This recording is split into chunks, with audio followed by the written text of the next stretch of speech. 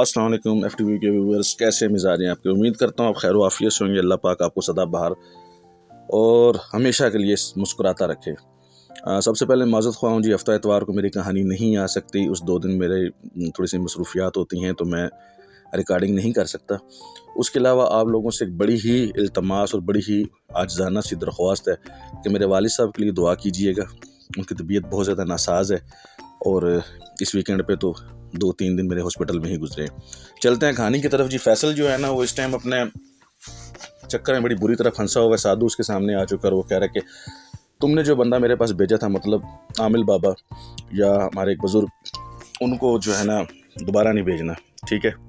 اور اگر انہوں نے کوئی چیز شروع کی یا کوئی عمل کیا تمہیں بچانے کے لیے تو اس کا نقصان اس کو بھی اٹھانا پڑے گا اور تمہیں بھی اٹھانا پڑے گا۔ اب ہوتا کہ فیصل کے کزن کو جو ہے نا اس کی حالت پہ رحم آ جاتا ہے، یا اس کو دیکھ کے دل شکنی ہوتی ہے، یا دل اس کا ٹوٹ گیا تھا، تو اس نے کیا کیا کہ وہ اپنے کسی دوست کے ذریعے ایک بزرگ کے پاس پہنچے، ایک عامل کے پاس پہنچے اور کہا جی ہمارے دوست کے ساتھ یہ چکر ہے۔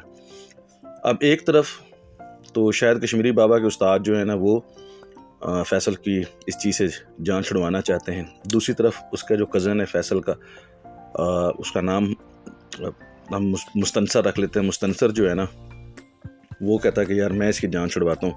وہ اپنے طور پہ کام کر رہا ہوتا ہے، وہ اپنے طور پہ کام کرتا ہے۔ مستنصر جو ہے نا اپنے ایک دوست کے ساتھ مل کے ایک بابا کے پاس جاتے ہیں۔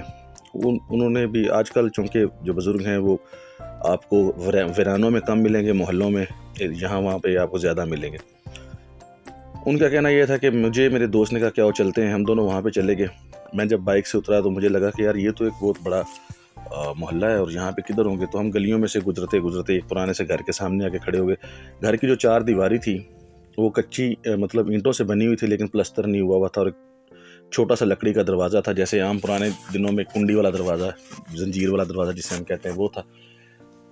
اور روایتی انداز میں اس نے زنجیر پکڑ کے ہلائی تو اندر سے آواز ہے کہ کون ہے، میں اندر آ جاؤں۔ تو ہم اندر چلے گئے، دروازہ کھلا، ایک بچے نے دروازہ کھولا، ہم لوگ اندر داخل ہوئے۔ اندر داخل ہوتے ہی انہوں نے کہا کہ ایک چھوٹا سا صحن تھا، مطلب صحن سے مراد یہ ہے کہ ایک پرانے طرز کا کچا ویڑا جسے کہتے ہیں وہ تھا۔ اس کے اندر ایک ربڑ پلانٹ کا پودا لگا ہوا تھا، چوڑے پتوں والا جو ربڑ پلانٹ ہوتا ہے اس کا ایک پودا لگا ہوا تھا، بڑا اچھا درخت نما تھا۔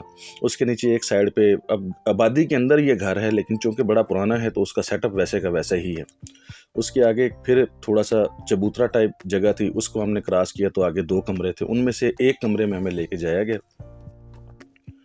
اس کمرے میں دیکھا تو چاروں طرف کچھ چادریں لگی ہوئی تھی، کچھ پھول بوٹے ٹنگے ہوئے تھے، کچھ ہار وغیرہ لٹکے ہوئے تھے، اور درمیان میں نے ایک بیڈ کے اوپر سنگل بیڈ کے اوپر ایک بابا جی بیٹھے ہوئے تھے۔ بابا جی نے کہا کہ مطلب اس نے مستنصر کے دوست نے اسے جا کے سلام کیا، اس کے گھٹنوں کو ہاتھ لگایا، مستنصر نے بھی تعظیم میں گھٹنوں کو ہاتھ لگایا، بیٹھ گئے۔ تو کمرے میں ہلکی ہلکی ایک عجیب سی خوشبو پھیلی ہوئی تھی، اب اسے لبان کی خوشبو کہہ لیں یا اگربتیوں کی خوشبو کہہ لیں، کچھ اس طرح کی خوشبو پھیلی ہوئی تھی۔ مستنصر نے جب کمرے کا بغور جائزہ لیا، بقول اس نے ہم یہی کہتے ہیں کہ مستنصر کی زبانی سنتے ہیں، میں نے جب کمرے کی طرف دیکھا تو مجھے لگا کہ یار یہ شروع سے ہی ایسا ہے، مطلب جس زمانے میں یہ بنا ہوگا، جب یہاں پہ آبادی نہیں ہوگی، یہ لگتا ہے تب سے ہی مکان ایسا ہے اور بابا جی تب سے ہی یہاں پہ بیٹھے ہیں۔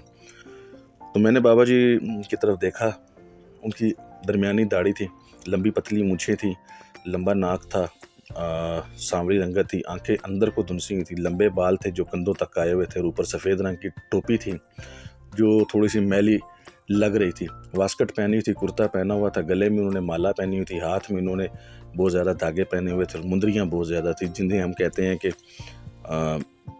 مندری کو اور بھی کچھ کہتے ہیں، یار مجھے ابھی دماغ میں نہیں آ رہا، وہ پہنی ہوئی تھی۔